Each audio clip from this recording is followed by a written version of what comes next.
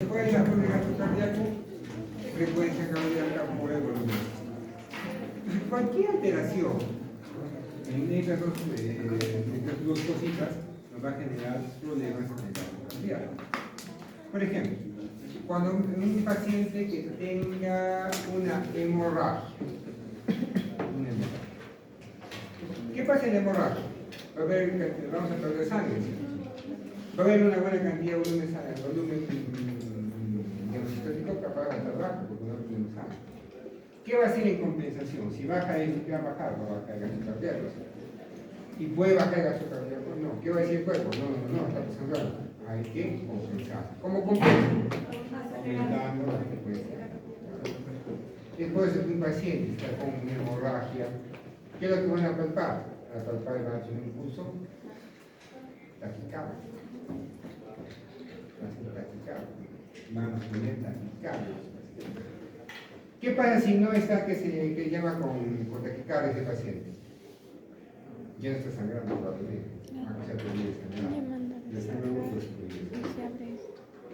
Estábamos hablando acá en el equipo.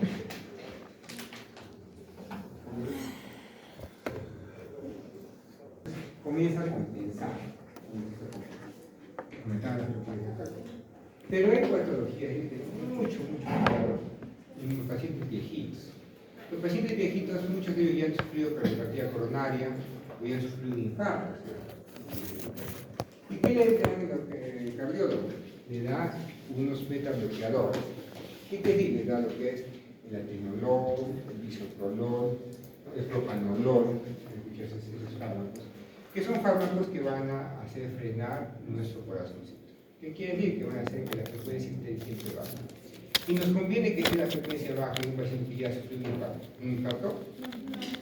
Sí, nos conviene. ¿Para qué? Porque no se cansa el corazón. Es la verdad. Si va a comenzar a latir rápido, se puede cansar, se puede obstruir, se puede morir. Entonces, ¿qué queremos? Que no se canse el corazón. ¿Qué le voy a dar? Propanolol, para bajar. Entonces, en esos pacientes, imagínense que tienen una hemorragia. ¿Cómo va a estar su frecuencia cardíaca? Va a estar prácticamente normal. ¿Por qué? Porque está bloqueado. Está con fármacos para bajar la frecuencia cardíaca. Muchos de los viejitos, como tienen, ¿qué pasa? Los pacientes usan diclofenaco, ketorolaco, porque tienen sus en sus huesos. ¿Y qué va a generar? Va a generar úlceras gástricas, úlceras poliosainas que están consumiendo, hacen hemorragias, una hemorragia estival que comienzan a sangrar. Lo miran, bueno, sangra, si está bien con la presión y está bien con una taquicardia, no está sangrando. Y nadie ha visto que él usa propanolol o usa cannabis. Sin querer queriendo, le estamos atacando una respuesta fisiológica. Y después el paciente, no, se muere. ¿Ya? ¿Está clarita esa parte?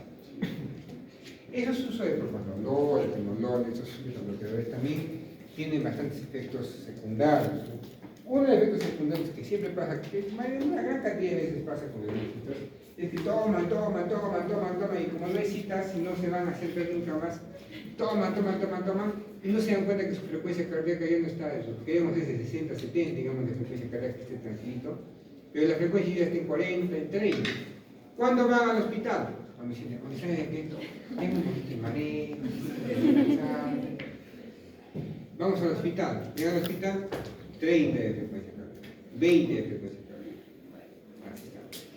Están con una bradicardia sintomática. ¿Qué toma usted? Tomo propanolol, por eso está generándose esa bradicardia. Otros también que han escuchado lo que es el glaucoma, el ojito cuando mete la presión intraocular, a veces usan unas gotitas que se llama el timolol, que es una gotita para lo que es presión intraocular. Echen el timolol al ojito y usan timolol, y están que esos ojitos, y los ojitos no pueden ir ahí, tanto usan el timolol que hace efecto sistémico, como el timolol, propanolol, atenolol, todos los metabloqueadores.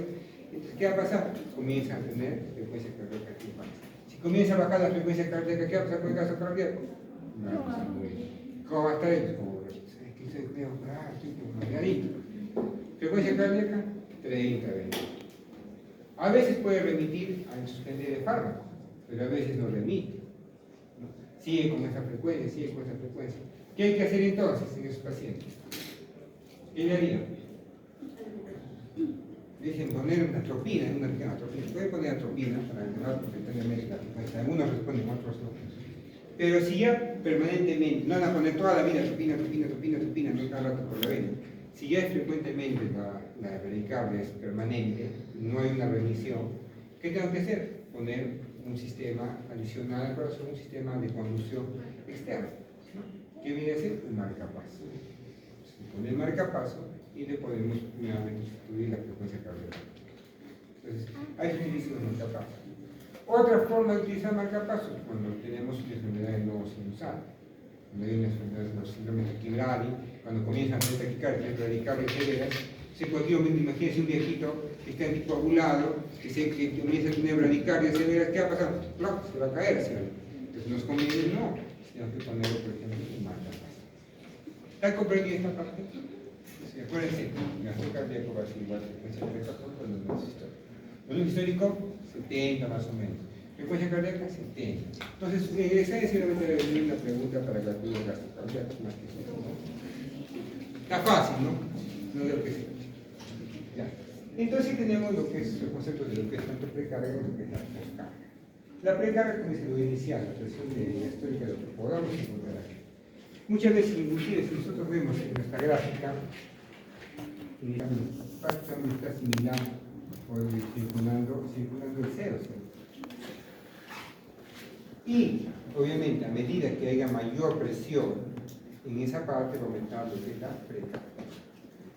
En síntesis, prácticamente la precarga va a ser lo que recibe el corazón, todo lo que recibe el corazón, para poder ser bombado.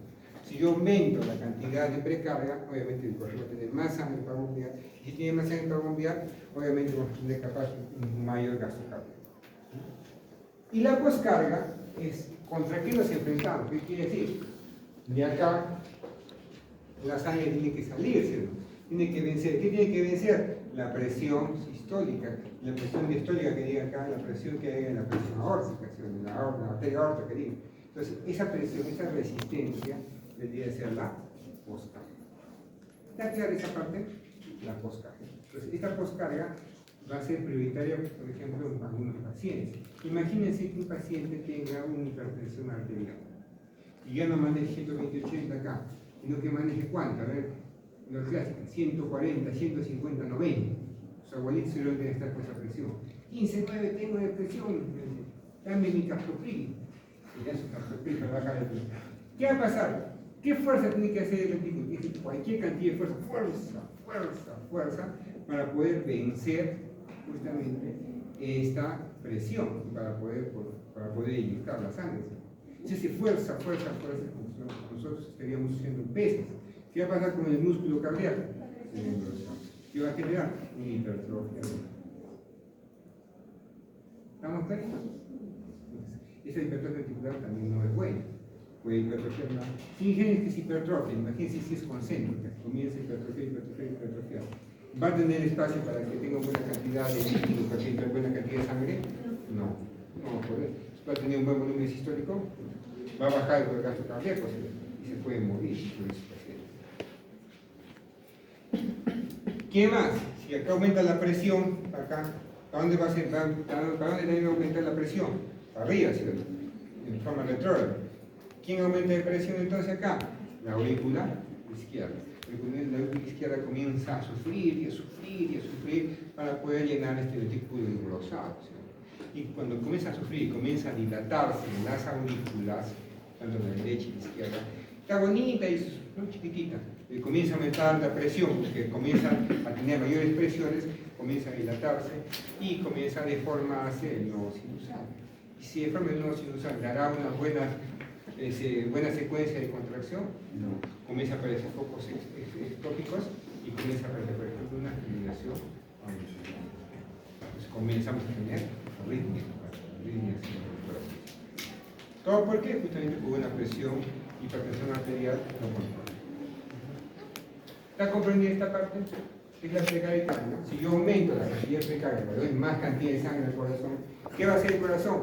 Se va a extender un poquito más y obviamente va a generar más bombeo y más bombeo. Y va a generar más gasto cardíaco, ¿sí o no? ¿Hasta siempre va a poder hacer eso? No. un punto donde ya no pueda distenderse más, no pueda crecer, compensar más esa cantidad de sangre que viene por acá. ¿Y qué va a pasar? Se va a congestionar nuestros pulmoncitos, va a generar un edema de forma retrógrada. Eso vamos a ver después, ¿no? Sigamos avanzando. Y para esta regulación del movimiento cardíaco, tanto va a haber una respuesta intrínseca como una respuesta de varios sistemas, más que todo el sistema autonómico. En la parte de la respuesta intrínseca de esta regulación del movimiento tenemos el mecanismo de plan estable. Como a términos sencillos, a más sangre que llega, más sangre bombea. Más sangre doy, más sangre va a bombear. Más sangre doy, más sangre va a bombear. ¿Hasta qué punto? Hasta donde llega un punto de no retorno, donde ya comienza a llegar más cantidades de sangre y ya no va a poder bombear. Cuando uno comienza a bombear, el corazón se vuelve insuficiente. Comienza acá. El retorno venoso, la distinción de músculos cardíacos, mayor fuerza de contracción. Entonces, mayor cantidad de sangre puede haber. Entonces, en esta parte de acá, queremos sacar la regulación de lo que es la presión auricular y lo que es el gasto cardíaco ventricular. ¿Qué vamos a hacer acá? La presión auricular, hemos dicho que nuestra aurícula se va a contraer y va a llenar nuestros ventrículos. Pero a medida que aumenta la presión auricular, más presión va a generar que más sangre entre al ventrículo. Y si entra más sangre, ¿qué va a pasar con el gasto del ventrículo? Va a empezar a aumentar. ¿Hasta qué punto? Hasta de un punto, cuando acá en 8, de mayor presión de la auricular, donde por más que aumente la presión auricular, por más que le dé sangre al corazón, al ventrículo, ¿habrá más gasto? Y ahí tenemos. Y si ya no bombea más, toda esta presión, ¿dónde se va a ir? Hacia atrás. ¿Dónde es hacia atrás? De la aurícula hacia atrás, ¿dónde es? Vena cava inferior, vena cava superior, y del lado izquierdo, a los pulmones. Y si va la sangre a los pulmones, ¿qué va a generar? Congestión pulmonar, edema pulmonar.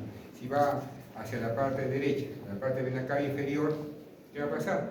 Hepatomegalia, ascitis, arriba por decir, hablar de intoxicación yugular, para generar mayor presión en esta parte. Porque ya no puede bombear, ¿no? Al revés tiene que ir la presión, de forma retrógrada.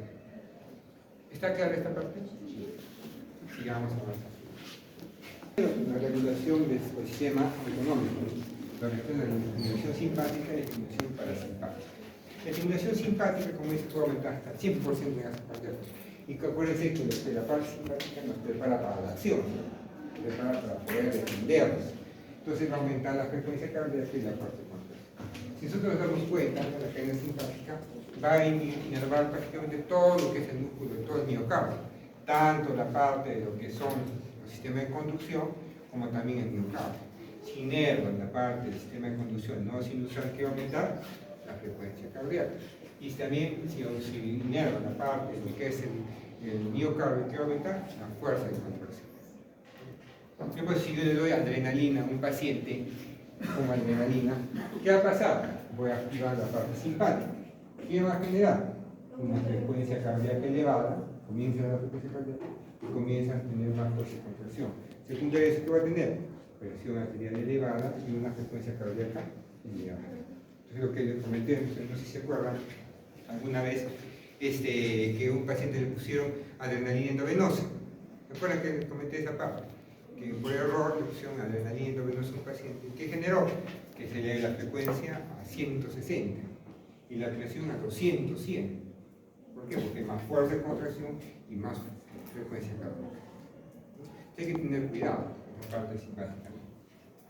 Y en cambio, la estimulación parasimpática, como vamos a sacar la parte parasimpática, tiene más dirección, justamente, no sinusal, no auricular. Es por eso que su principal acción, ¿dónde va a estar? En la parte de la frecuencia cardíaca. ¿Qué va a hacer? Va a disminuir la frecuencia cardíaca. Disminuir la frecuencia cardíaca. Entonces, ¿cuándo se da ese estímulo parasimpático? ¿Quién es el principal? El nervio vago. Entonces se llama estímulo vagal o reflejo vagal. Nosotros podemos generar un reflejo vagal. ¿Cuándo podemos hacer un reflejo vagal? Eso vamos a hacer cuando hagamos sistema simpático, sistema nervioso autonómico. Pero nosotros podemos estimular nuestro nervio vago en varias ocasiones. Primero, cuando ustedes empujan, estimulan el nervio vago. Cuando hacen la maniobra de Valsalva, cuando comienzan a hacer esta parte, haga esta parte, dice así. hacen, estimulan el nervio vago. ¿Con qué intención se hacen hacer manuales de avanzada esa parte? Muchos pacientes que van a los hospitales van muchas veces por taquicardias. Entonces, si yo estimulo el nervio vago, ¿qué va a generar? Una disminución de la frecuencia cardíaca. Dice, puja, tose. ¿Para qué? Para que se estimule el nervio vago y de alguna otra manera le frene la frecuencia cardíaca sin usar fármacos. A veces funciona, a veces no funciona. ¿Cuándo más se da un estímulo parasimpático? Hay que tener mucho cuidado con esta disminución de la frecuencia cardíaca cuando se hacen tactos rectales. En el tacto rectal, por ejemplo, los viejitos, cuando se hace la reducción de verdad de la próstata, toda esa parte, o si no, también las personas que se les pone enemas, estoy constipado, los viejitos están constipados, diarrea, constipación, diarrea. Entonces, a esos pacientes se le pone su enema. Cuando se estimula la parte del esfínter anal, se da un estímulo vagal. Entonces, imagínense un pacientito que reciba atenolol porque es hipertenso, porque ha tenido un infarto, que su frecuencia ya esté en 50, en 60, y le haga un tacto rectal bruscamente. ¿Qué va a pasar con la frecuencia cardíaca? 30, ¿sí o no? ¿Qué va a pasar con su gasto cardíaco? ¿Qué va a pasar con su gasto cardíaco? Va a bajar, ¿sí o no? ¿Qué va a pasar con el paciente? Puede hacer parada cardíaca. Tanto puede disminuir la frecuencia cardíaca que le puede llevar a un gasto cardíaco inclusive de cero. Y puede hacer una parada. Entonces tenga mucho cuidado al hacer estímulos vagales. Mucho cuidado. ¿Estamos claritos? Como dice. Y fuerza de contracción en 30%. Entonces, más donde actúa la parte parasimpática, en la disminución de la frecuencia. Si disminuye la frecuencia cardíaca, disminuye el gasto cardíaco. ¿Ya? ¿Está clara esta parte? ¿Se va? Eso también, de alguna otra manera, nos teníamos que ver en práctica, pero bueno, ¿saben? ¿En el calor qué va a pasar con la frecuencia cardíaca? Aumenta. ¿Y en el frío?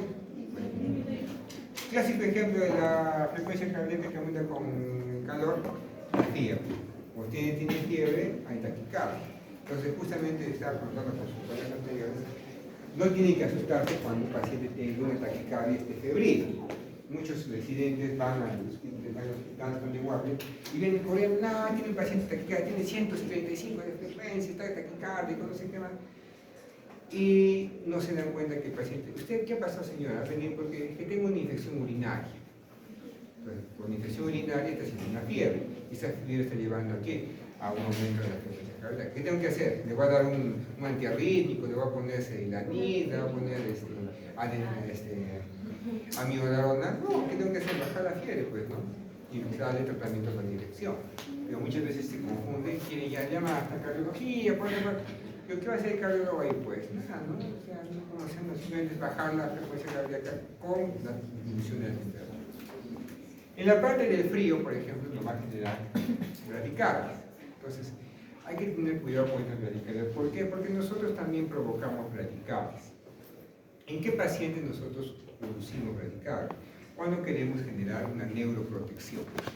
¿Qué quiere decir una protección? Cuando el cerebro esté dañado por alguna nox, ya sea por un ACV isquémico, un ACV hemorrágico, postoperados cerebrales, o a clásico también que está bastante en boga en algunos sitios sí, otros sitios no, los cuidados post-parada cardíaca. Cuando el paciente hace parada cardíaca y se reanima, ¿no? Después que retorne la circulación espontánea, ¿no? Salió el paro, ¿no? Comenzó a latir en su corazoncito, entonces en ese tiempo que ha estado en parada cardíaca, este cerebro ha sufrido hipoxia, ¿no? Porque no llegó una buena cantidad de oxígeno, una buena cantidad de gasto cardíaco al cerebro. Entonces, para disminuir los fenómenos metabólicos, porque está sufriendo la cabeza, ¿qué se hace? Como ustedes, para que no se malogre la carne, ¿qué hacen? Lo ponen en el refrigerador, ¿no? Igualito es el principio, ¿no? Bajo la temperatura del cuerpo, justamente para disminuir los procesos metabólicos nocivos en el cerebro y de una manera proteger nuestro cerebro, una medida de neuroprotección. Puede ser. Pero tiene bastantes complicaciones. Sí, una de ellas es la frecuencia cardíaca. Si mucho bajo la temperatura, me puede generar bradicardia. La bradicardia puede llevar bruscamente a una parada cardíaca. Más disminución en la temperatura, ¿qué va a generar? Mayor posibilidad capaz inclusive de tener coagulación diseminada, poder problemas, coagulopatías, y al final también puede llevar a mayor falla multiorgánica. Es por eso que a veces es controversial el uso de hipotermia. No, pero si ustedes van a buscar en internet, bueno, hipotermia terapéutica, van a encontrar una serie de estudios, cualquier cantidad de estudios entre usar o no usar la hipotermia en los pacientes. Pero lo que sí es cierto es que el frío que va a generar es inducción de la frecuencia cardíaca. En el software de la práctica, supuestamente se tenía que aumentar o disminuir la temperatura, y con eso aumentaba y disminuir la frecuencia cardíaca. Vemos acá la parte de estimulación simpática, ¿no? Obviamente la parte simpática, si vemos el gasto cardíaco, lo puede aumentar enormemente con la estimulación simpática máxima. ¿Y cuándo va a ser? Por ejemplo, una administración de adrenalina pura, pues, ¿no? Activamos cualquier cantidad de la parte simpática y obviamente nos va a compensar inicialmente capaz una pérdida de sangre, ¿no? Cuando estamos en una hemorragia masiva, por ejemplo, ¿qué va a pasar con el paciente?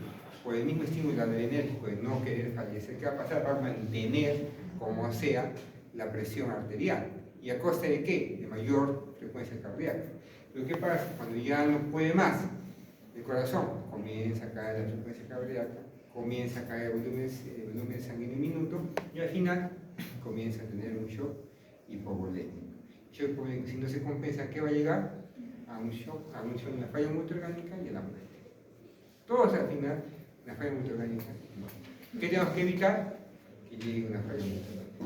¿Cómo evitaríamos que llegue una falla multiorgánica a un paciente con hemorragia, por ejemplo? Cohibiendo el sangrado. Si estamos quizás con una lesión vascular, haciendo torniquete, tan pasada operación, si tenemos una ruptura hepática, haciendo tratamiento, un packing hepático, lo que se dice, ¿no? Que se llama compresas para detener la hemorragia, de acuerdo a la patología, ¿no? Hay veces que no se va a poder, ¿no? La clásica, ¿no? Han escuchado, no sé si han visto ese problema triste, ¿no? De verdad, también para pensar, ¿no? En Miraflores fue, si no me equivoco, estaban cenando una serie de amigos y un chico tenía su pistola en su canguro, una pistola en su canguro. Entonces la chica está, ¿no? Y de repente el chico va y no sé qué mueve en su canguro, ¡pum!, sale un disparo. La chica se queda ahí, mira sangre, ¡plá!, se cae en la mesa. Lo llevan al hospital todo muerto. ¿Qué había pasado? La laceración de la aorta.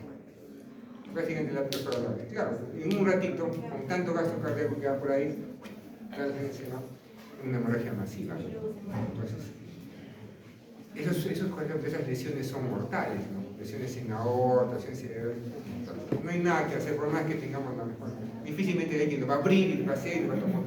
Es igual lo que pasa en los aneurismas de aorta, ¿no? Se rompe la aorta, ya fue, no hay más que hacer. ¿Ya? Sigamos avanzando. ¿No? De acá, lo que es también interesante comentar, ¿no?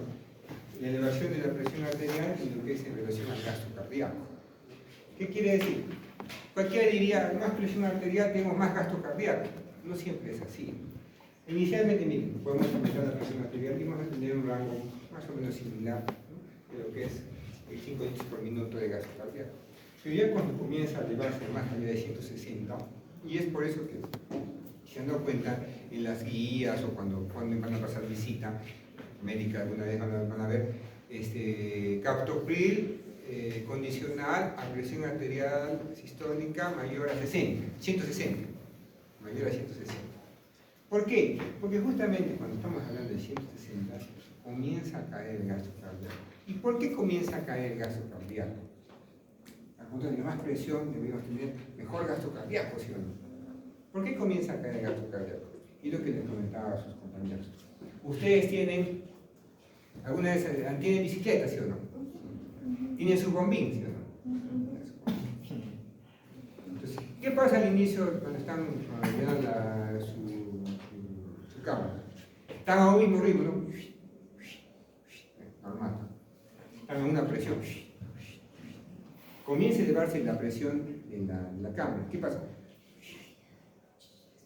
Y llega un punto que ya no pueden más. Están al mismo ritmo, pero menos cantidad de aire entra, ¿sí? Hasta que al final Ahí no me quedo, ya no puedo más, ahí no me quedo. ¿Sí o no? ¿Y lo que pasa? Comienzan a elevar poco a poco la presión hasta un punto donde que yo, como ventrículo, quiero yo expulsar sangre, pero ¿qué tengo que vencer? Tengo que vencer una poscarga y una presión en la aorta de 200. Y es como que venzan ahí en su cámara una presión alta. ¿Podrán introducir un poquito de aire? No, un poquitito, y ahí queda, ¿cierto?